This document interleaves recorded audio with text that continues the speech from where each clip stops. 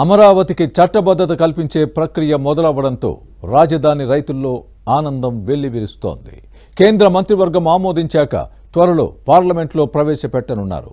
అనంతరం నూతన రాజధానిగా అమరావతిని ప్రకటిస్తూ గెజిట్ విడుదల చేస్తారు. ఇంతకీ రాజధానికి చట్టబద్ధత అంటే ఏంటి? ఆ అవసరం అమరావతికి ఎందుకు వచ్చింది?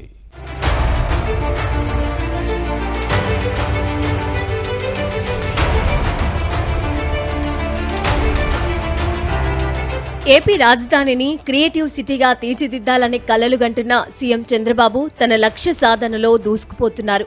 గత జగన్ ప్రభుత్వ హయాంలో ఎడారిలా మారిన అమరావతి ఇప్పుడు పచ్చదనంతో కలకలలాడుతోంది. ఈ క్రమంలోనే అమరావతికి చట్టబద్ధత కల్పించే ప్రక్రియ మొదలవడంపై సర్వత్రా హర్షం వ్యక్తమవుతోంది. ఏపీ రాష్ట్ర విభజన చట్టంలోని 5(2)కి సవరణ చేసేందుకు కేంద్రం కొద్ది రోజుల కిందటే చర్యలు ప్రారంభించింది. దీనికి ఇప్పటికే న్యాయశాఖ ఆమోద ముద్ర లభించింది.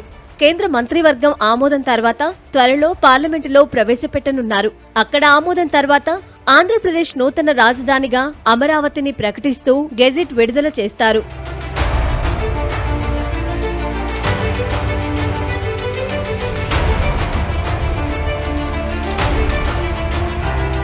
విభజన తర్వాత 2014లో అధికారంలోకి వచ్చిన టీడీపీ ప్రభుత్వం ఏపీ రాజధానిగా అమరావతిని ఎంపిక చేసింది. రాజధాని నిర్మాణం కోసం 29 గ్రామాల రైతులు ముందుకొచ్చి 34,000 ఎకరాలు స్వచ్ఛందంగా ఇచ్చారు. ఆ తర్వాత అసెంబ్లీ, సచివాలయ భవనాలు నిర్మించి టీడీపీ ప్రభుత్వ పాలన ప్రారంభించింది. అప్పట్లో ప్రతిపక్ష నేతగా ఉన్న జగన్ కూడా అమరావతిని స్వాగతించారు. కానీ 2019లో అధికారంలోకి వచ్చాక ప్లేట్లు ఫిరాయించారు. 3 రాజధానుల బిల్లును తీసుకొచ్చారు. దీనిని తీవ్రంగా వ్యతిరేకించిన అమరావతి రైతులు హైకోర్టుకు వెళ్లారు. రోడ్లపై శిబిరాలు వేసుకుని సుదీర్ఘ పోరాటం చేశారు. రాజధాని అమరావతినని త్రిసభ్య ధర్మాసనం తీర్పు కూడా ఇచ్చింది. భూ సమీకరణ విధానంలో చేసుకున్న ఒప్పందం ప్రకారం రాజధాని నిర్మాణం కోసమే రైతులు భూములు ఇచ్చారని, రాజధానిని మార్చడం కుదరదని హైకోర్టు స్పష్టం చేసింది. చివరకు 3 రాజధానులుగా ప్రతిపాదించిన విశాఖ, అమరావతి, కర్నూలులోనూ వైసీపీని ప్రజలు ఘోరంగా ఓడించారు. దీనివల్ల మొట్టమొదటిగా రైతుల యొక్క ప్రయోజనాలను కాపాడే విధంగా ఉంటుంది. ప్రభుత్వానికి రైతులకి ఒక ఒప్పందం కుదిరితే ఆ ఒప్పందం అనేది చట్టబద్ధమైతే, శాసనబద్ధమైతే కనుక వాళ్ళకు న్యాయపరమైనటువంటి సిక్కులు లేకుండా ఉంటాయి. ఇప్పుడు కానీ లేదా భవిష్యత్తులో కానీ ఏ విధమైనటువంటి ల్యాండ్ ఎక్విజిషన్ చేసినా ల్యాండ్ పూలింగ్ విధానం ద్వారా కానీ లేదా నష్టపరిహార విధానం ద్వారా కానీ అమరావతి రైతులకి ఒక రక్షణ కవచం లాంటిది. అమరావతి రైతులకి న్యాయపరమైనటువంటి ఇబ్బందులు ఉండవని, న్యాయపరమైన అడ్డంకులు తొలగుతాయని చెప్పి రైతులకు ఒక రక్షణ కవచంగా ఇది ఏర్పడుతుందని నేను భావిస్తున్నాను. రెండోది ఏంటంటే ఇక్కడ మౌలిక వసతులు సత్వరంగా వచ్చే అవకాశం ఉంటుంది. ఒక రాజధాని స్పష్టతపై గెజిట్ వచ్చినట్లయితే మళ్ళా ప్రభుత్వాలు వచ్చినప్పుడల్లా రాజధానులు మారే అవకాశం లేదు. కనుక ఇక్కడ దీర్ఘకాలికమైనటువంటి ఒక అద్భుతమైనటువంటి ప్రణాళికాబద్ధమైనటువంటి పెట్టుబడులకి స్వర్గసీమగా అమరావతి ఉండబోతుంది.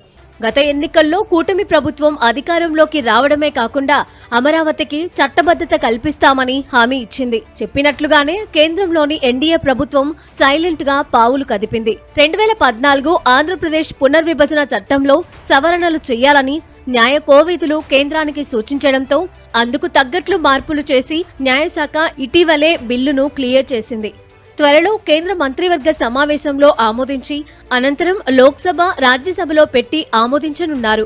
దీంతో అమరావతి రైతుల్లో ఆనందం వెల్లువిరుస్తోంది. 3 రాజధానులు అని చెప్పి అమరావతిని నాశనం చేయడానికి జగన్ కంకణం కట్టుకున్నారని, మళ్లీ అలాంటి వాళ్లు వచ్చి అమరావతిని రాజధాని కాదని అనకుండా చట్టబద్ధత కావాలని కోరుకున్నామని, ఇప్పుడు ఆ దిశగా అడుగులు పడుతున్నందుకు ఆనందంగా ఉందంటున్నారు రాజధాని రైతులు. 2024లో మరి అమరావతిని రాజధానిగా చేసుకుని కూటమి ప్రభుత్వం వచ్చింది కాబట్టి మాకు అమరావతిని గెజిట్గా చేయమని మేము రైతులందరూ కోరిన మీదట మరి భారతదేశంలో ఎక్కడా కూడా అలాంటి చట్టం లేదని చెప్పారు. అయినా కానీ రేపు మరి జగన్మోహన్ రెడ్డి లాంటి వాళ్ళు కానీ మరి ఇంకెవరైనా సరే వచ్చి మళ్ళీ అమరావతి కాదు వేరే రాజధాని అని అంటే మళ్ళీ ఇక్కడ కొన్ని వేల కోట్ల రూపాయలు పెట్టి పెట్టుబడులు పెట్టి మరి ఇక్కడ పనులు చేస్తున్నారు. కాబట్టి ఇదంతా నష్టం జరుగుతుంది. కావున మరి మా అందరి కోరిక మీద మరి సెంట్రల్ గవర్నమెంట్ వారు కల్పించుకొని మరి అమరావతిని చట్టబద్ధత చేయడానికి న్యాయశాఖలో ఫైల్ కదులుతుందని తెలిసింది. దీనివల్ల మాకు చాలా సంతోషంగా ఉందని. గతంలో జగన్మోహన్ రెడ్డి అధికారంలోకి వచ్చి ఆంధ్రప్రదేశ్ అమరావతిని విధ్వంసం చేయాలి, విచ్ఛిన్నం చేయాలని చెప్పి 5 సంవత్సరాలు కూడా కుట్రపూరితంగా వ్యవహరించి 3 రాజధానుల పేరుతోటి అమరావతిని ఎక్కడ పనులు అక్కడే నిలుపుదల చేసి విధ్వంసం చేయడం జరిగింది. మరి అప్పటి తెలుగుదేశం ప్రభుత్వం 9,250 కోట్ల రూపాయల ప్రజాధనాన్ని వెచ్చించి 90% పూర్తి చేసి పరిపాలన అంతా కూడా ఆంధ్రప్రదేశ్ నుంచే కొనసాగిస్తున్నటువంటి తరుణంలో ప్రభుత్వం మారి జగన్మోహన్ రెడ్డి వచ్చి మరి ఆ విధ్వంసం చేశాడు. కాగా అమరావతికి చట్టబద్ధతకు లైన్ క్లియర్ అవుతుండటంతో జగన్ హయాంలో తాము పడ్డ ఇబ్బందులను రాజధాని రైతులు గుర్తు చేసుకుంటున్నారు. మున్ముందు ఎలాంటి ఇబ్బందులు తలెత్తకుండా ఉండడానికే గెజిట్ కోరామని, తాము కోరినట్లుగా ఈ ప్రక్రియను ముందుకు తీసుకెళ్తున్న కేంద్ర రాష్ట్ర ప్రభుత్వాలకు ధన్యవాదాలు తెలిపారు. ప్రతిపక్ష కాంగ్రెస్ పార్టీ కూడా అమరావతి రాజధాని అని ప్రకటించడంతో పార్లమెంటులో ఎవరూ వ్యతిరేకించే అవకాశమే లేదు. వచ్చే బుధవారం కల్లా బిల్లు సిద్ధమైతే అదే రోజు జరిగే కేబినెట్ సమావేశంలో ప్రవేశపెట్టే అవకాశం ఉంది. లేకపోతే వచ్చే పార్లమెంట్ సమావేశాల్లో ఆమోదిస్తారని తెలుస్తోంది. అయితే పార్లమెంటులో రాజధాని బిల్లును తామే ప్రవేశపెట్టి ఆమోదింపజేస్తామని బీజేపీ నేతలు చెబుతున్నారు. రాష్ట్రంలోనూ ఈ విషయాన్ని ప్రజలకు వివరించి తమకు అనుకూలంగా మలుచుకోవాలంటూ సీఎం చంద్రబాబుతో పాటు కూటమి నేతలకు ఎన్డీఏ అగ్రనేతలు సూచించినట్లు సమాచారం.